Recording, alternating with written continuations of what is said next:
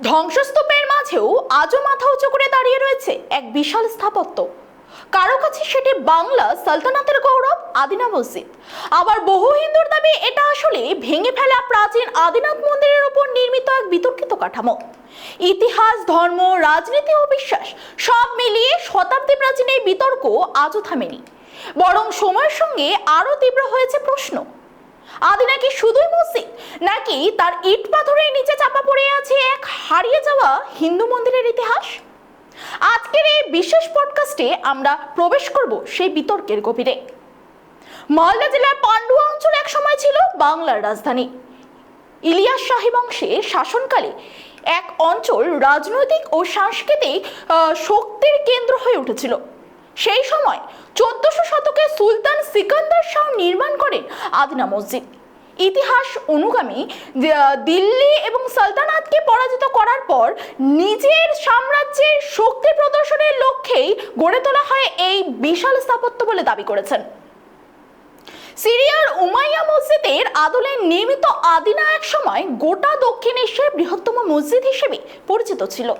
প্রায় 524 ফুট দীর্ঘ, 322 ফুট প্রশস্ত এই স্থাপত্য ছিল অসংখ্য গম্বুজ এবং বিশাল খিলান এবং শত শত স্তম্ভ।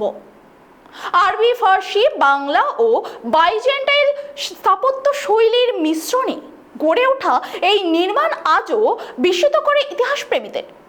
কিন্তু ঠিক এখান থেকেই শুরু হয় বিতর্কের অন্য অধ্যায়। বহু হিন্দু সংগঠন, স্থানীয় বাসিন্দা এবং গবেষকদের একাংশের দাবি, আদিনা মসজিদ আসলে প্রাচীন আদিনাথ মন্দিরের ধ্বংসস্তূপ থেকে তৈরি করা হয়েছিল। তাদের বক্তব্য, মসজিদের ভেতর এবং বাইরের সব স্থানে আজও হিন্দু ধর্মীয় স্থাপত্যের স্পষ্ট ছাপ দেখা যায়। মসজিদের পাথরের গায়ে খোদাই করা হয়েছিল হাতি, পদ্মফুল, নিত্যব্রত, মানবকৃত এবং বিভিন্ন অলঙ্কার। কোথাও ভাঙা দেবদেবীর প্রতিরূপ দেখা যায় বলে দাবি করা হয়। অনেকের মতে এই ধরনের নকশা ইসলামিক স্থাপত্যের সঙ্গে সামঞ্জস্য নয়, বরং প্রাচীন হিন্দু মন্দিরের স্থাপত্যের পরিচয় বহন করে। হিন্দু সংগঠনগুলির আরো দাবি, আদিনা শব্দটি আসলে আদিনাথ থেকে এসেছে। আদিনাথ হলো ভগবান শিবের এক রূপ। স্থানীয় বহু মানুষ এখনো এলাকাটিকে আদিনাথ ধাম বলেই উল্লেখ করে। এই বিতর্ক নতুন নয়। 2022 সালে বিজেপি নেতা রথীন্দ্র বসু সোশ্যাল মিডিয়ায় দাবি করেছিলেন, আদিনা মসজিদের নিচে ঘুমিয়ে রয়েছে প্রাচীন আদিনাথ মন্দির। তিনি আরো দাবি করেন, জিতু সর্দার নামের এক ব্যক্তি এই মন্দির রক্ষার জন্য প্রাণ দিয়েছিলেন। এরপর 2022 সালের ফেব্রুয়ারিতে বিতর্ক আরো তীব্রতর হয়। বৃন্দাবনের বিশ্ববিদ্যা ট্রাস্টের সভাপতি হিরণময় গোস্বামী মালদার আদিনা মসজিদের প্রাঙ্গণে পৌঁছে সেখানে পুজো ও মন্ত্রোচ্চারণ শুরু করে। তার দাবি ছিল সেখানে একটি শিবলিঙ্গ এবং হিন্দু দেবদেবীর চিহ্ন রয়েছে। ঘটনার খবর ছড়িয়ে পড়তেই উত্তেজনা তৈরি হয় এলাকায়। স্থানীয় মুসলিম সম্প্রদায়ের একাংশ আপত্তি জানায়। পরে পুলিশ প্রশাসন সেখানে পৌঁছে পুজো বন্ধ করার নির্দেশ দেয়। এই ঘটনাকে কেন্দ্র করে তীব্র বিতর্ক শুরু হয়।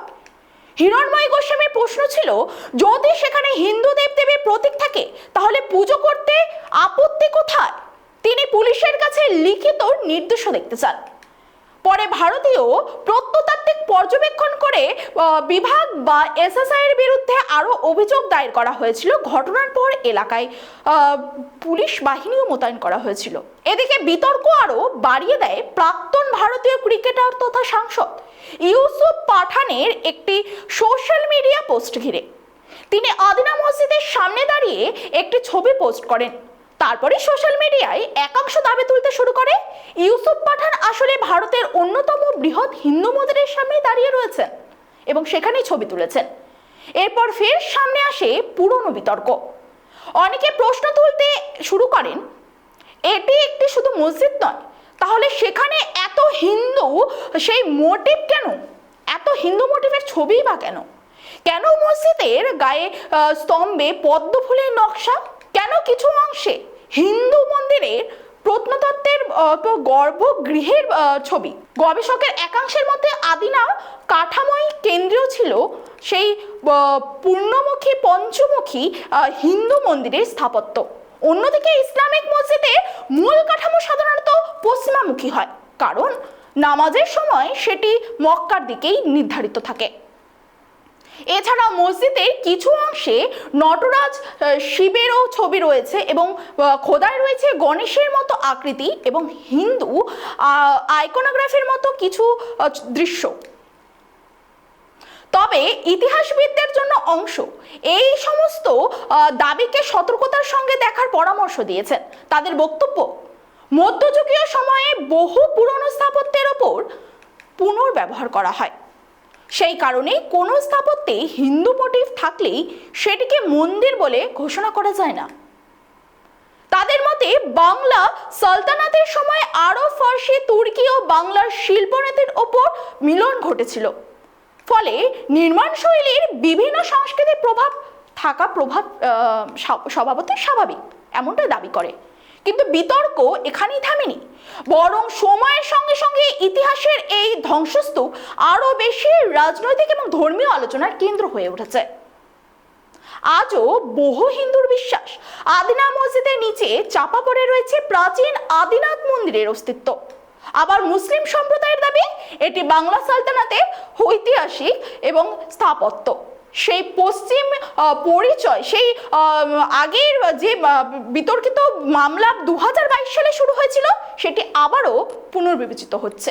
মালদার আদিনা আজও তেমনই এক প্রশ্নচিহ্ন। সেখানে ইট পাথরের নিচে চাপা পড়ে রয়েছে শতাব্দী প্রাচীন এক বিতর্ক, যার উত্তর হয়তো আজও সম্পূর্ণ স্পষ্ট নয়। নিয়মিত নিত্য নতুন পডকাস্ট ও বিশেষ প্রতিবেদন পেতে নজর রাখুন টাইমস 14 বাংলায়।